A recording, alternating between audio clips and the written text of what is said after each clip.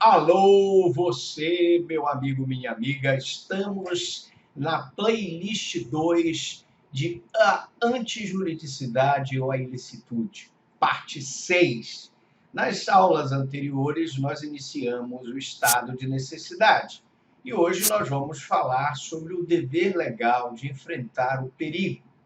Não pode alegar o estado de necessidade quem tem o dever legal de enfrentar o perigo.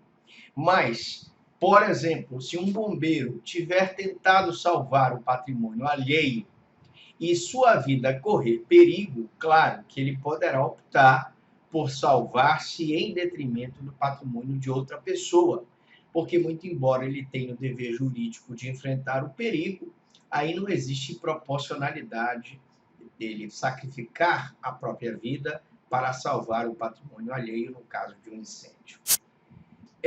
Qual a diferença, professor Franklin, do estado de necessidade agressivo para o estado de necessidade defensivo? No estado de necessidade agressivo, o agente sacrifica-se um bem de terceiro inocente. Então, no agressivo, o agente ele sacrifica o bem de um terceiro inocente. E já no estado de necessidade defensivo, sacrifica-se o bem do agente causador do perigo. Imaginemos, por exemplo, que uma manobra arriscada, um barqueiro, um piloto de uma lancha, de um jet ski, faça uma manobra de perigo que cause o afundamento da embarcação. Nesse caso, nós teríamos um estado de necessidade defensivo, se a pessoa tentasse se salvar, sacrificando o bem jurídico do causador do perigo. Já no estado de necessidade agressivo, sacrifica-se um bem de terceiro inocente, no caso de um incêndio num cinema, em que o cidadão ele acaba lesionando a uma pessoa que estava assistindo um filme para se salvar de um incêndio. Diferença de legítima defesa e estado de necessidade? Boa pergunta. Na legítima defesa, o agente está repelindo uma agressão. Esta agressão é um ato humano injusto. No estado de necessidade não se repele a agressão, pois é uma situação de perigo que põe em risco dois bens e obriga o sacrifício de um deles. Por exemplo, numa situação de furacão, enchente, ataque de um animal, a ação humana é justificada.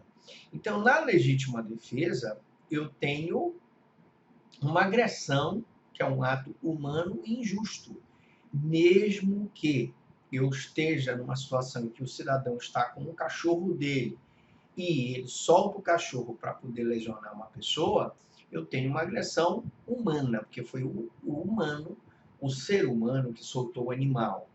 No caso de estado de necessidade, não. Há uma situação de perigo, como uma enchente, um terremoto, um furacão, um incêndio, e até um ataque de um animal que pode justificar o estado de necessidade em que há uma situação de perigo que põe em risco dois bens jurídicos e obriga o sacrifício de um deles. O elemento subjetivo no estado de necessidade. Qual é o elemento subjetivo? Conforme eu já salientei, para que se possa falar em estado de necessidade, faz-se necessário, de acordo com o finalismo, a presença do elemento subjetivo do agente, ou seja, o agente tem que estar consciente do fato e ter a vontade de produzir o resultado.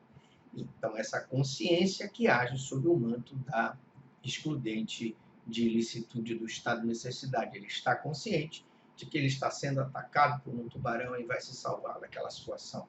Ele está consciente de que ele está numa situação de naufrágio, uma situação de terremoto, maremoto, e ele está se salvando dessa situação.